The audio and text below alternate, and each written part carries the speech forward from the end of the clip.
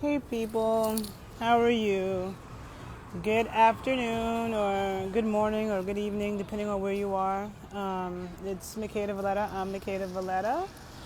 And I'm just doing this quick live on my IG page. I'll save it and repost it to my YouTube. Usually before I do videos, I take some notes of things that I want to mention and facts. This one is just really off the dome because I want to talk about not just mental health, but I want to talk about the dangers of antidepressants, okay? I've known for some time that antidepressants can make people suicidal and homicidal, okay? For those of you who follow my work, you know I am very much against pharmaceuticals. I do not take pharmaceuticals for any reason. I don't take antibiotics. I don't take Tylenol. I don't take Advil. Okay. The only way I'm taking a pharmaceutical is if I need anesthesia to get put under. Anything else, I don't do it. Right. And just a quick intro for those of you who don't know me. Okay. Again, my name is Makeda Valletta. I have a background in exercise and sports science and nutrition science, and I'm currently working on a Master of Science in Medical Cannabis Science and Therapeutics at the University of Maryland School of Pharmacy, okay? So when I tell you I'm not about that pharmaceutical life, I mean that. Even though I'm attending the School of Pharmacy, okay? But it's, focused on cannabis medicine, right? So now, I'm saying this because a couple days ago, I heard this story, and some of you might have heard this who are in New York. About a family that got found murdered. A father killed, murder-suicide, which every other day I hear about murder-suicide in this country. All over the country, you have fathers killing the whole family, and you have moms doing it too sometimes, but a lot of fathers, okay? And I heard this story about two babies, a mother, and the father were found stabbed to death. And apparently the father did it. That was disturbing enough. And this is on the Upper West Side, 86th Street, a very nice area. That was shocking to me. And it was shocking to me that somebody could kill themselves with a knife. Okay, so you stabbed yourself to death. Okay, that's wild. So then I find out that I actually went to high school with this guy, okay? He was actually my brother's friend in high school. I knew him in high school. He was always, nothing about, not only did I know him in high school, okay, did he graduate from my graduating class, but apparently his wife, he knew her since he was a super in the building, okay? He was a super in this building at 86th Street. And he grew up in that building, very much like the building that my parents live in now in Harlem. I grew up in that building. I know a lot of these people. I've known them all my life, or since I was in my mom's womb, right? But this guy, okay, Edison was his name. His father was a super in that building too. So he grew up in that building. His father was a super, okay, and then now he was a super. His fiance, I could say this, his wife, but I don't know if they were technically married. He knew her since they were children because her father was a doorman across the street. Okay. Someone says, interesting, you never know who someone is. No, I'm going to tell you that that's not what I think this is at all. Okay. I'm going to tell you. And I don't think some people are saying, oh, depression is getting swept under the rug. I don't think that either. That's not what I think this is either. Okay. Remember, I started off talking about pharmaceuticals. I don't mess with pharmaceuticals and the dangers of antidepressants, right? Now, when I first heard this, before I knew that I knew the guy, I thought to myself, that just doesn't sound like, unless it was a story where, like, sometimes you have murder-suicides where there's a history of abuse. Maybe the police was called to that house before, but they didn't have any history like that, okay?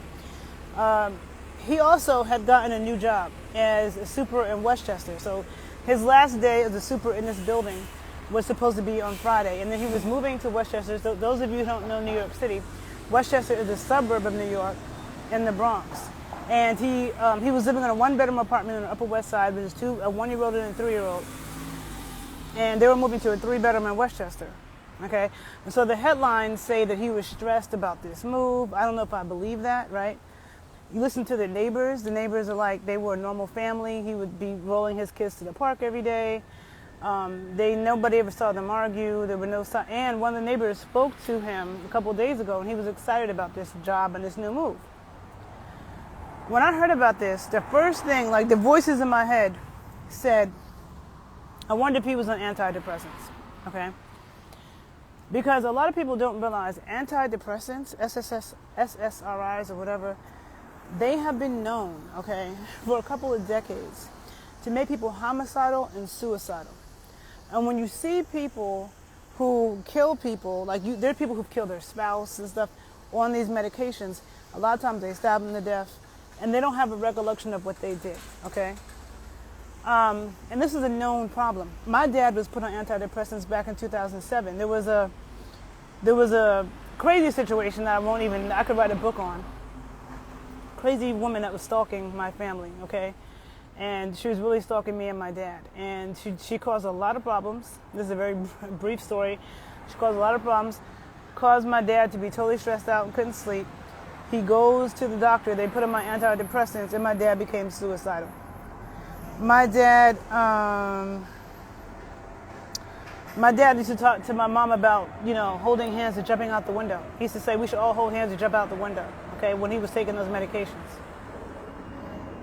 And so I thought to myself, I wonder, and then when I look at the news, every other day you hear about these murder-suicides. Now, I'm talking to my cousin because, first of all, if you go online and you Google, if you go on YouTube or you go on Google and you Google murder-suicides, antidepressants, you will see all kinds of studies and all kinds of articles going back 2 decades that clearly shows and talks about how taking antidepressants can really increase the chances of making somebody suicidal and homicidal, okay? And, there is antidepressants in the water, okay? Just like birth control, okay? All those pharmaceuticals. Because, to me, he stabbed his 1-year-old and his 3-year-old up so bad that one of them, they didn't know, he had 2 sons. They said they thought one of them was a girl because whatever he did was so bad. So I don't know what that means. I don't know if that means he cut his penis off. I don't know what that means. Okay? But his father and the girl's brother discovered them because he wasn't answering his dad. The dad goes and looks to the peephole and sees his wife in there bleeding. Whole family dead. Used multiple kitchen knives, and then he stabbed himself to death. Okay? That is absolutely insane. Absolutely insane. Now, some of these murder-suicides, because now I'm like obsessed with the topic, because I noticed that there's a lot more of them. And my cousin said to me, she brought up something I hadn't thought about. I think I need to move out the sun. My cousin said to me, during COVID, they put a lot of people on antidepressants. A lot of people got, depressed, and so they were putting people on antidepressants. And I'm like, you know what? I hadn't thought about that, right? Because to me, whenever you see an uptick of something, there's a reason for it. And just because something is common doesn't mean that it's normal, okay? And the number of murder-suicides is happening all over the country. To me, I mean, really, just go, if you don't notice it, just go on YouTube and put murder-suicide. You will have a story for every day in a different state. Usually of a father who killed his whole family and then himself, okay? And when you look it up, antidepressants are the 3rd most commonly prescribed drugs in the country. So that means a lot of people are taking antidepressants. And if you follow my work, you know that I talk about brain health a lot. And I tell you that our hormones, we need to eat a lot of cholesterol and animal fat to have a healthy brain in order to not get Alzheimer's, in order to not have hormonal problems. If you look at depression, schizophrenia, just a lot of violence, that is shown to be increased in vegan and vegetarian groups that are not eating animal fats, low cholesterol, low animal fats. So in order to have a healthy brain, okay, you need a lot of cholesterol and long-chain saturated fat and long-chain arachidonic acid, which is in animal fats. And I have videos on YouTube where I talk about it, so feel free to go listen to them. But it's interesting because I always talk about how the pharmaceutical industries and the drug companies, the pharmaceutical companies and the food companies are the same people. So they put out this propaganda and tell everybody to eat somebody said ex-vegan. I definitely agree. Yeah. People, they tell everybody to go eat low cholesterol diet, stay away from saturated fat, and then they wonder why mothers are having postpartum depression. You got some mothers killing their kids, strangling their kids and trying to jump out the window. All this postpartum depression stuff. But yet, just a couple generations ago, it wasn't abnormal for someone to have like 12, 13 kids, okay? Women now have 1, 2, 3 kids, and they're like, about to lose their mind, and some of them do. A lot of that has to do with nutrition. We all need a lot of saturated fat and cholesterol for our brain and our hormones. But especially if you're a pregnant mother or a breastfeeding mother, your requirements are through the roof. And nobody's telling them that. You're being told, eat salad, eat your fruits and vegetables. Sorry. Bugs are biting me out here. You're being told to eat salad and eat your fruits and vegetables, okay? When breast milk is like 50% saturated fat. Babies, their brain is rapidly growing and developing, okay? They need a lot of saturated fat for their brain and for their hormones and yada, yada, yada. And so do adults, and especially as we're aging. Yeah, you know what I'm saying? So now you have people being told by the food companies to eat low cholesterol, low saturated fat. Now everybody's freaking depressed, okay? People got all these mental problems, they can't concentrate. And now you have antidepressants as the second or third most commonly prescribed drug. That's a lot of so-called depressed people. And people think depression is always because of, people are going through things.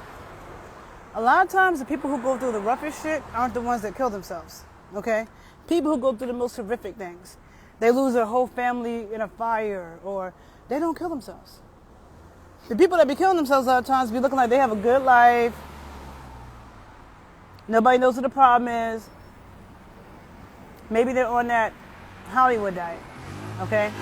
So on the nutrition side of things, people are being told the wrong thing. Then they can give these antidepressant drugs, okay, which are known to increase the chances of homicide and suicide. Honestly, I would not want to sleep next to somebody who was taking pharmaceutical antidepressants. I would be afraid they might stab me in the middle of the night, stab me to death, because that shit happens, okay? And I'm not trying to shame anybody who's taking them. But again, going back to what I told you I'm doing in school, and my belief in cannabis medicine, that's one of the applications for cannabis. There's a lot of applications for mental stuff and anxiety and depression. But again, okay, the nutritionist side of me, the body scientist side of me says, why do you have that problem in the first place? Maybe cannabis can help and these other things can help, but why do you have that in the first place? And life is stressful for all of us. I've been going through it the past couple weeks, trying to keep my sanity, right? And we have something called the endocannabinoid system, right? So our body produces cannabinoids. I've talked about this in other videos, but our body produces cannabinoids that bind to receptors. We have cannabinoid receptors over every organ in our body. That cannabinoids, whether they be endocannabinoids, which are ones that our body produces, and our body produces them from arachidonic acid, which is only in animal fats, and our body produces some others from the long-chain omega-3, which is only in animal fats, okay? Our neurons produce these endocannabinoids on demand, okay? And they bind to different receptors to balance systems in our body. Cannabis, when you use cannabis, you're using phytocannabinoids. These are cannabinoids that come from the plant that mimic the ones our body naturally makes. So the phytocannabinoids, the THC, the CBD, the CBN, the CBG, they complement our body's own natural endocannabinoids. But in order to be making endocannabinoids in the right percentage, and just making them adequately, you have to have a diet that's high in arachidonic acid and omega-3 fats. Long-chain omega-3 fats. Not the omega-3 fats that's in flax oil. It's not the same thing. The plant version of omega-3 is not the same thing as the animal long-chain version, okay? So anyhow, I just, I went, and like I said, usually when I do videos, I have a bunch of facts written out first so I can go through it. And with this video, I just, I didn't really have time. I have a lot going on, but I felt like I really had to make this video because this has definitely been heavy on my mind. You know what I'm saying? And when it comes to health and the body and stuff like that, my approach, I always want to know why. Like, there's a reason for things. You know what I'm saying? And the reason why I'm so much against pharmaceuticals, the reason why I'm so much against pharmaceuticals is because they backfire and throw you further off balance and cause more problems. You know what I'm saying? And, to me, it doesn't, you can say that you don't know people, and you can say that you never know what people are going through, but this man had a 1-year-old and a 3-year-old. Yeah, I went to school with him. Yeah, he was my brother's friend. And yeah, he didn't give us any signs of, like, he always seemed like a really cool, balanced dude, right? So yeah, you could say, I don't know him, whatever. But a 1-year-old and a 3-year-old with a love that came from childhood. Your families know each other. You grew up together. And you stab her to death.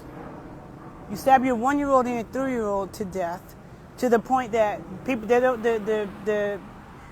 thought that one of the babies was a girl and not a boy. And then you stab yourself to death. Stab yourself to death. That is absolutely insane. Living in a 1-bedroom apartment in the Upper West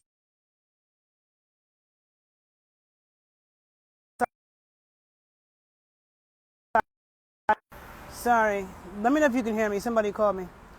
Yeah, living in a 1-bedroom apartment on the Upper West Side, which is one of my favorite neighborhoods. Okay. His family is from Venezuela. Okay. People that come here from Venezuela, from Mexico, from wherever, from Dominican Republic. I'm in the Heights right now around a lot of Dominicans, and no offense to anybody, but growing up, I don't know if it's still like this now, but a lot of them mad family members live in that house. They're not the type to kill themselves for that reason. You had a 1-year-old and 3-year-old in a 1-bedroom apartment, and he was moving to Westchester to a 3-bedroom. One of the neighbors said he was happy about it. And I really wonder if he was on antidepressants. And look, I don't know that he was, but it's something that I wonder. Because if he was, we would never hear it. Because if you go look it up, you'll see lawsuits. You'll see studies and articles written about how antidepressants increases the chance of homicide and suicide. But you'll also see the pharmaceutical companies deny it. So if somebody murders somebody or kills himself when they were on antidepressants, the pharmaceutical company says, oh no, it's not because of the medication, it's because they were depressed. That's a side effect of their depression.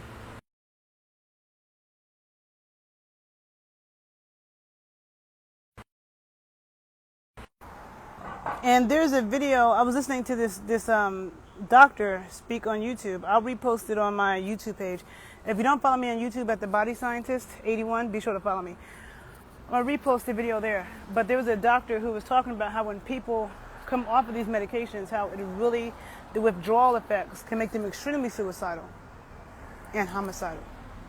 And he talked about a patient of his. He talked about Paxil and Prozac, and how, like, back in the 90s, he says that in the mid-90s, when there was no internet like that, okay, he had so many people coming to him who had been put on Paxil and Prozac by other doctors who were suicidal, losing it, and they were telling their doctors this. And he said the doctors denied it and denied it and denied it. The doctors said, oh, that can't happen. That can't happen. These drugs have no side effects. That can't happen. It was denied. And he had a whole bunch of people in his office, and he didn't prescribe those drugs. He said he didn't prescribe drugs that were like hadn't been on the market for even a year. When other doctors are prescribing it fresh out the gate, he said he didn't do that. And he said that he had all these people who they're trying to tell their doctors, which people know I'm hard on doctors, and you might think I'm exaggerating, but this just confirms it. They're telling their doctors, and the doctor is telling them, no, that's not possible. These drugs don't cause side effects. First of all, doctors are not drug experts. The pharmacists are, okay? So if you really want to know about drugs, asking a doctor, no, you ask the pharmacist. Doctors don't study drugs. Doctors study how to diagnose something, and then they know that they can only prescribe certain AMA recommended medications and procedures, and that's it. That's what doctors do. They don't read literature on drugs. They don't read scientific research on anything, actually. They're just robots that recite what they're supposed to do to keep their license. They don't critically think.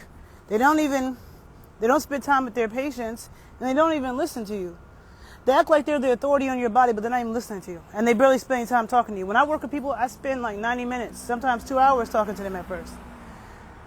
Let me see. Yeah. And so I just know that these pharmaceutical companies, they deny. So anybody who trusts pharmaceutical companies, I feel like you are extremely naive. Now, the thing is that even though cannabis is useful for a lot of things, I use cannabis for my PTSD, okay? I use cannabis I have many things that I use to deal with PTSD or to deal with not falling into a depression because of whatever is happening in life that people on the internet don't know about. There are many things that I use, but cannabis is an important part of that. You know what I'm saying?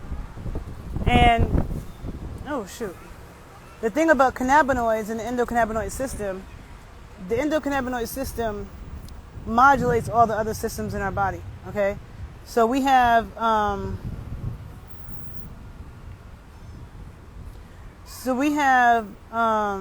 I haven't seen the Netflix, a Netflix series called Painkillers, no, but I know painkillers are horrible.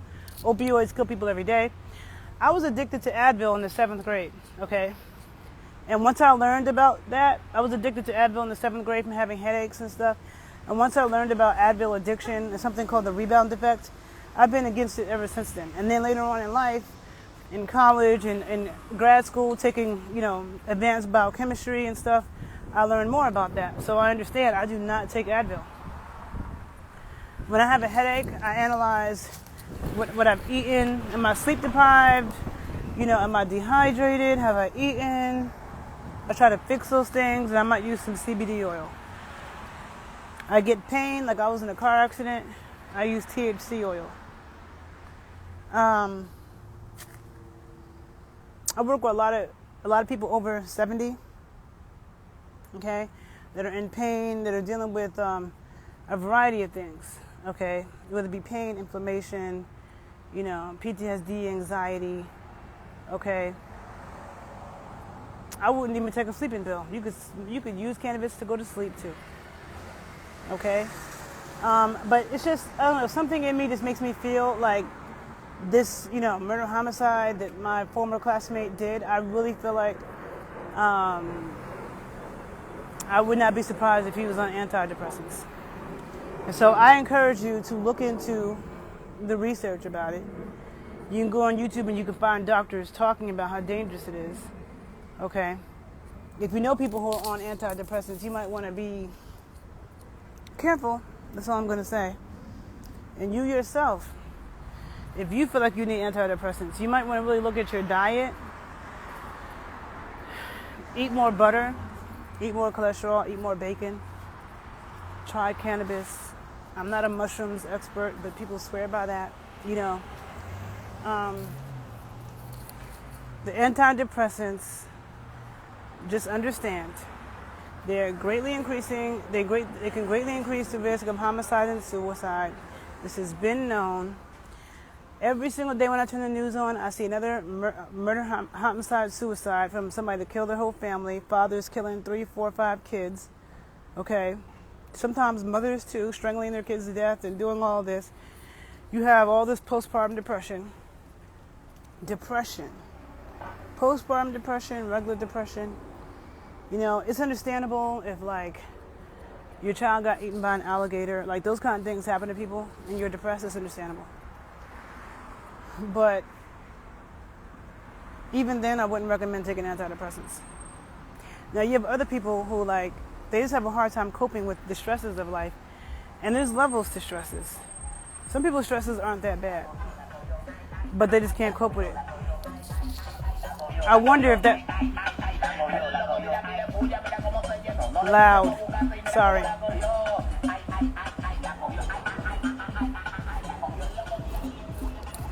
When you have a low cholesterol diet, a lot of times you have a harder time coping with things, okay? A harder time coping with things. Why is it called antidepressants when it makes you depressed? I know.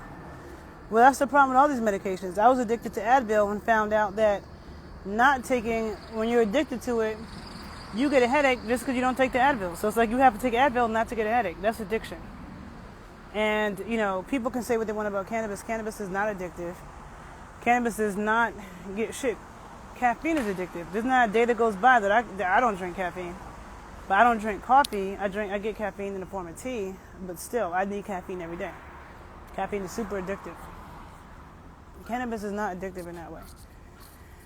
So, anyhow, I just wanted to make this, because this was on my mind, and I just felt like I need to tell people to be mindful of antidepressants, since it is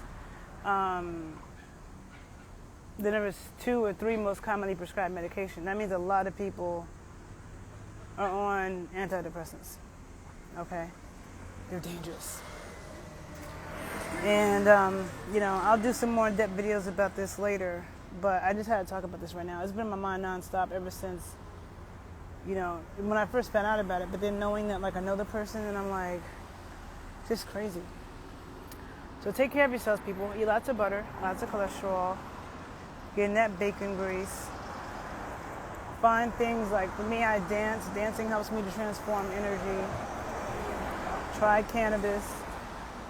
If you ever need assistance, you know, and advice and guidance with that, I'm here for that. That's what I'm here for. There's many medical applications for cannabis. And cannabis can't and won't kill you. It's not addictive, okay? It's not going to make you kill your family, okay? Ghee is fine instead of butter, because ghee is just pure butter fat. So ghee is extremely high in vitamin A and D, even more so than butter, because ghee is just concentrated butter fat without the carbohydrates and without the proteins. So the carbohydrates is lactose, the protein is whey and casein. So ghee is just pure butter fat. So ghee is excellent and great. Okay, people, have a good day. If you have any thoughts, anything that you want to share, please feel free to share it. If you learned something from this video, please share it. If you have any experience with antidepressants or people that you know who have taken them, please share. You know, sharing is caring. I'm going to go on and head to the gym. That's another thing that's good. Work it out. Life can be rough. Especially when people lose their kids. I mean, there's a lot of crazy things that happen to people. But something like that doesn't sound right to me. I really, like, the voices in my head are like, that sounds like antidepressant medication behavior. And the fact that, let's say he was depressed and now he's happy now because he got a new job. He's going to move his family to a bigger place. And he's like, I don't need this medication anymore. And you stop taking the medication, and the withdrawal symptoms make you homicidal, violently homicidal and suicidal. Because if you look it up, that's what the research is saying. A lot of times when people stop taking it, they get like that. So be careful out here, okay? All right, people. Have a good day and take care. Bye.